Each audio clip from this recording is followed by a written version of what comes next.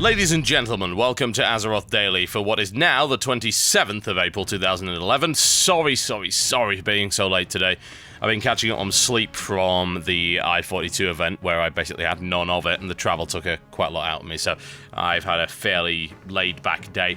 But whatever the case, the show must go on, folks, and yes, there will be another 27th of April 2011 episode on Wednesday, which is technically now, which is just don't bother. Time zones are crazy.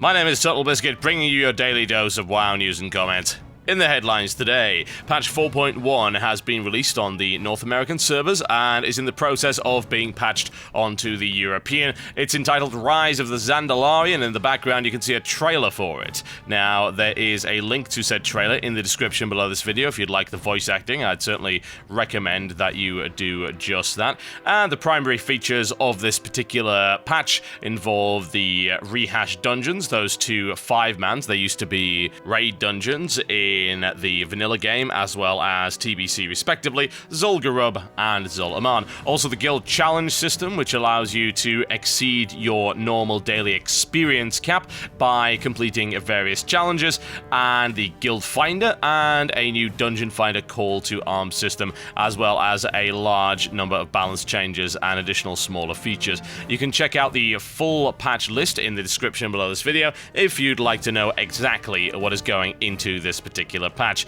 Now, also bear in mind that they said that patch 4.2 wouldn't be that far behind, so we'll see whether or not that's actually true. Needless to say, it has not hit the PTR as of yet, but once it does, I will be bringing you coverage as well as boss guides, as I did in the beta. Ghostcrawler's latest dev watercooler has come out on the subject of number of abilities, and it is a very lengthy one, but it's got some great information on what is the magic number for the number of abilities you should have available to you in PvE or PvP, and it gives a useful insight into the way that the devs actually think about these kind of things. I'd highly recommend that you go and have a read of that one. The remote guild chat feature that was available on the iPhone and iPad Touch is now finally available on Android mobile devices. Bear in mind, of course, that while you can download the app for free, you do require a subscription for the remote app to actually work, and I believe that amounts to about $3 a month extra on top of your regular subscription. Worth having a look at, though, if you have use for accessing the guild calendar and guild chat outside of the game. Links to the application, as well as instructions on its use, are available in the description below this video. The Easter event, aka Noblegarden, is now in the game as of the 24th of April and will be running through for the next few days until April the 30th.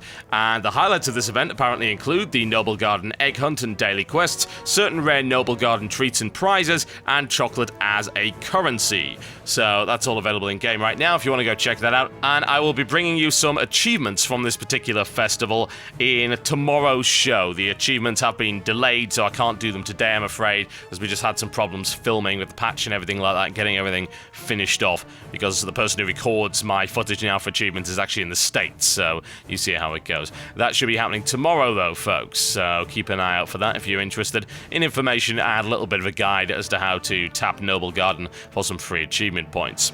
The latest round of EU community news has been released, and there are various foreign language pieces of information, including the Swedish site levelcap.se, which has a preview of the guild finder, and Polish site wow.battle.net.pl that has an article up also about the guild finder. It literally is guild finder day on the foreign language fan sites, but whatever the case, that's all available, as well as a roundup of this week's comics and noteworthy forum threads in the description below this video.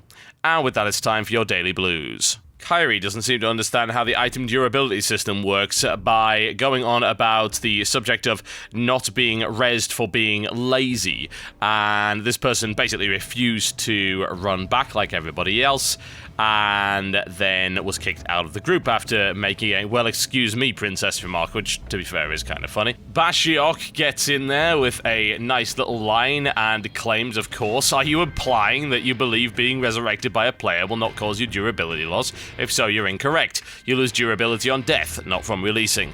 And, of course, the clue to that is the fact that in the combat log it says so. My god, what the combat log? Well, I suppose a level 30 player might not know that, but whatever. And another reply from him as Galliano whines, "I said that," and Bashiok responds, like I would actually bother reading a thread.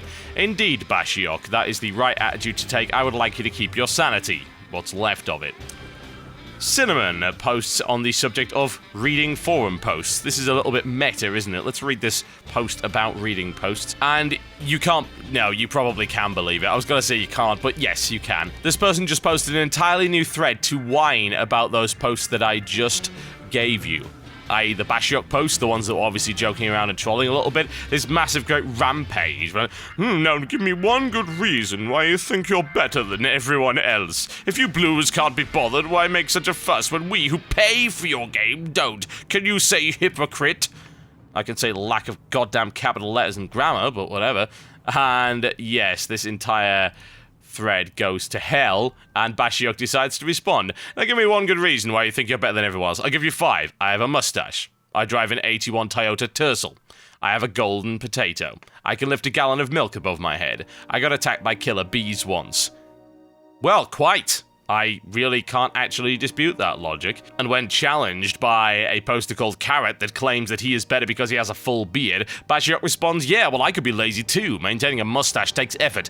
Distinct follicular effort. I think that may very well be the first time I've ever heard someone use the word follicular. Is it actually a word? I'll have to check it out later. Whatever the case, folks, it's time for your daily grind.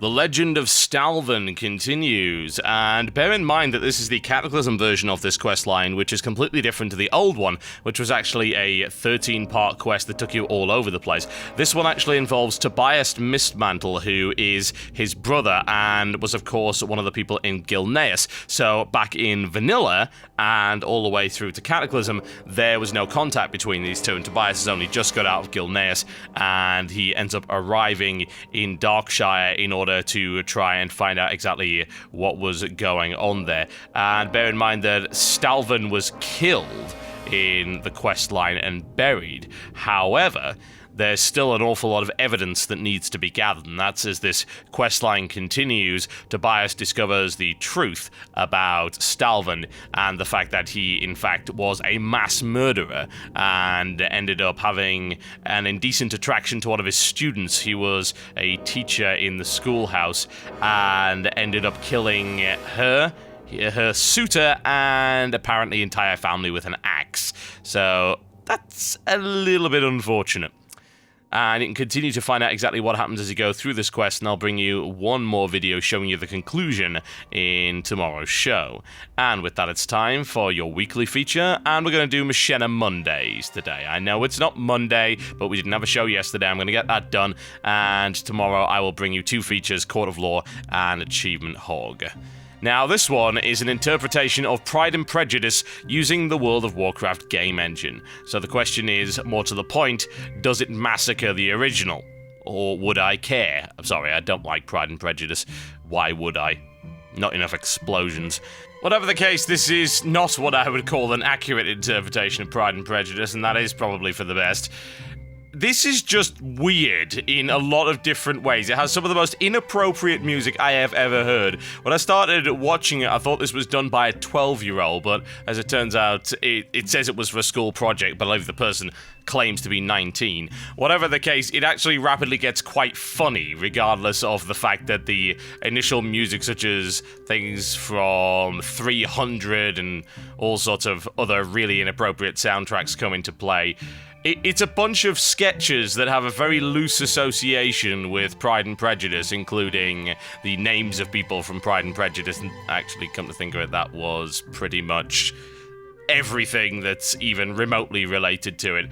But it does have several moments that are laugh-out-loud hilarious, and the actual use of sound assets, aside from the music, is very, very good. Good sound effects and things like that. The filming is not great. It was filmed in 4:3 aspect ratio, obviously with a trial version of Fraps, so the cuts are a little bit dodgy, and of course it looks highly squished and compressed. If they could actually work some of the kinks out of their presentation, they could probably produce some stuff that would be really, really popular. as it stands, it is a very funny, if extremely flawed piece of work, and as a direct result of that, I will give it 3 trolls out of 5. I would recommend that you go and watch it, simply because I would challenge you at some point not to burst out laughing as to the complete absurdity of it. And I like the fact that they've managed to bring absurdist humor into this without going completely ha ha ha, monkey, peanut butter, hammer blow nonsense. You know what I'm talking about, just mashing up random stuff that's just completely and totally ridiculous. So yeah, there you go, folks. Pride, Prejudice, and Parodies, a World of Warcraft machinima, as presented by the Spoofers channel. You can go watch the whole thing in the description below this video. And with that, it's time for your mailbox. Yes, your mailbox, not the mailbox. It belongs to you now, but only for a day. Apparently, people don't want to leave their names on mails anymore. How very upsetting. These both come in from Anonymous, and the first one goes like this. Hey TB, I'm an avid follower of your WoW content, blah blah blah, and recently had a concern I'd like to hear your opinion on. I hit level 85 within 2 days of Cataclysm release and quickly joined a casual raiding guild and commenced to farming heroics for gear to begin DPSing endgame raids. Real life happened, I didn't get to see any of the raid content until a few nights ago. My guild had an alt run of Blackwing Descent, and I was able to join. Within 2 hours, we one-shot every boss except Nefarian, who bent us over for about an hour. After downing Nefarian, we moved on to Bastion of Twilight and did exactly the same thing, one-shotting every boss up until Cho'Gall, who once again destroyed us over the course of an hour. I heard so much about how Cataclysm raiding was the pinnacle of MMORPG raiding difficulty, yet my first run of the raids, my guild completely destroyed the content. What happened to the raids to make them a walkover? Were we lucky? Are the end bosses supposed to be tuned significantly higher than the rest of the raid? I'd like to hear your thoughts on the current endgame content and the future of Cataclysm PvE development. Well, to start with, I wouldn't call these the pinnacle of MMORPG raiding difficulty. For one thing, you're playing normal mode, so it can't be. Secondly, there were harder raids, but they didn't tend to come at the start of the expansion. Thinking of stuff like Sunwell or the old version of Naxxramas, for instance. They were significantly more difficult than the stuff that you have available for you right now. However, this content is much harder than the stuff that was at the start of Wrath, and there are plenty of encounters in this first tier that I would say are harder than Ulduar content as well, which was, of course, the second tier, which you'd expect to be a little bit trickier. Bear in mind that this content has been out now for close to 6 months. And as opposed to previous expansions, we had an awful lot of time in the beta to document the fights, figure them out, and of course post a bunch of guide videos about them. So I think people went into these encounters far more prepared than they did for Wrath or TBC and of course Vanilla. So I think that people had an advantage there. Also, as I said before, it's been out for 6 months. Your guild has been raiding it for 6 months. They are now aware of how to do the basic stuff. You didn't go into the heroic mode, so I wouldn't say that you guys being able to one-shot it 6 months into the expansion is indicative of it being easy content. I don't think that's the case at all. I think you guys have just learned the content, which is what I keep saying. It's why you don't need to ever nerf content, because people will get better at it over time. They just need to keep trying. And as it turns out, look, a casual raiding guild can master the content. Takes them about 6 months to get it done, but hey, that's a reasonable time frame as far as I'm concerned. It is interesting that you mentioned the end of dungeon bosses, because I'm looking at some statistics right now, and it shows that the earlier boss encounters have been beaten by quite a lot of people. For instance, the Omnitron defense system has been beaten by 50,000 guilds.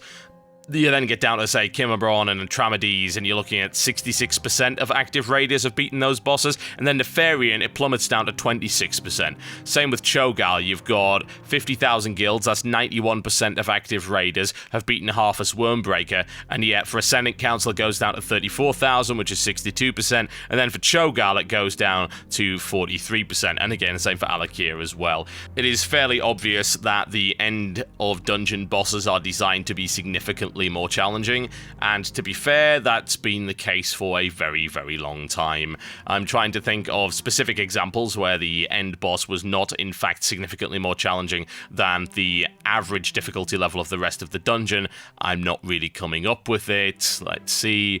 Yogg-Saron was more difficult than everything else in Ulduar, yes. Anubarak was more difficult than everything else in TOC. Well, it was all kind of easy anyway. Lich King, yeah, pretty much. Even the old school content was like that. Cthulhu, Kel'Thuzad, Kael'thas, stuff like that. You can understand how it goes. I wouldn't be so worried about the raid content. My only concern is when they nerf it. They haven't nerfed it all that much yet. They've really been too busy nerfing the 5-man content, but I'm a little bit scared that the raid content might come in after that. This one comes in from an anonymous female who says, I'm a female gamer, I've been playing WoW for about 4 years, and I'm now used to the guy's shock and awe of not only a girl on vent, but also leading raids and tanking. Here, recently I've decided to spice things up by creating a male toon, more for the lols than anything else. However, as I've been working on the toon over the past few months, I've noticed that while it's completely okay for a guy to have a female toon, and it's often assumed that any female toon is a guy in real life, that it's not at all okay for me to have a male toon. Almost as if I've broken some code of ethics or something. It's gotten to the point where I've been told that I have to go and get the recustomization done as soon as possible. Now, it's not as if I'm running around trying to convince people I'm a guy behind the keys. I'm just minding my own business, enjoying different casting and melee animations, and I'm not going to let someone else's connotation of what is right affect that. So my question is, why is it okay for men to have female toons, but almost obscene for women to have male toons? Or just in general, what's your opinion on this? That is the first time I've ever heard of that problem, if I'm totally honest. I've known loads of female gamers play male toons simply because there are some people that assume that a female toon is actually a female and will deliberately go out of their way to harass them. So there's loads of female gamers play male toons so that they don't get bothered by randoms. So that's weird. I mean, is your guild actually telling you this? If they are, just leave your guild. I'm sorry, your guild is full of crazy people. Forcing you to get character recustomization because they're uncomfortable that there's a female behind a male character? Are you serious? God, it reminds me of back in the day when we were playing Street Fighter 2, when we were really, really young, and there was this one kid that would freak out whenever one of the boys picked Chun-Li, because it was apparently unthinkable for you to play a female character if you're male. It was weird. And I was like, what? God. I'm glad Dead or Alive wasn't out back then. His head would have literally exploded. But it's dumb. It's dumb as hell. If your guild is saying that, just find a guild that isn't completely crazy and made up of 11-year-olds. That would be wonderful. That sounds like a really good idea to me. But no, there's nothing unusual about this at all. And in fact, I find it extremely common. Sadly, I am no longer surprised at how stupid people can actually get over this issue. Okay, folks, that's me done for the day. Thank you very much for watching Azeroth Daily this evening. We should just call it Azeroth Midnightly at the moment. I know it's really late, so I'm sorry about that. We'll get that sorted tomorrow. So, I have a Postcards from Azeroth theme for you, and in this case, we're going to have a Metallica-themed one this week. Yes, it's going to be called Embrace the Thing That Should Not Be. Yes, and what it is going to require you to do is go and take a picture of something that's really out of place. It shouldn't actually be there. Is it a piece of terrain? Is it a building that just looks weird? Is it a mob? Or just anything? Go and take a cool picture of that, and of course go and post it on the Facebook page, facebook.com/cynicalbrit, and we'll pick the best ones for Friday's show. Thanks a lot, guys. I'll see you next time.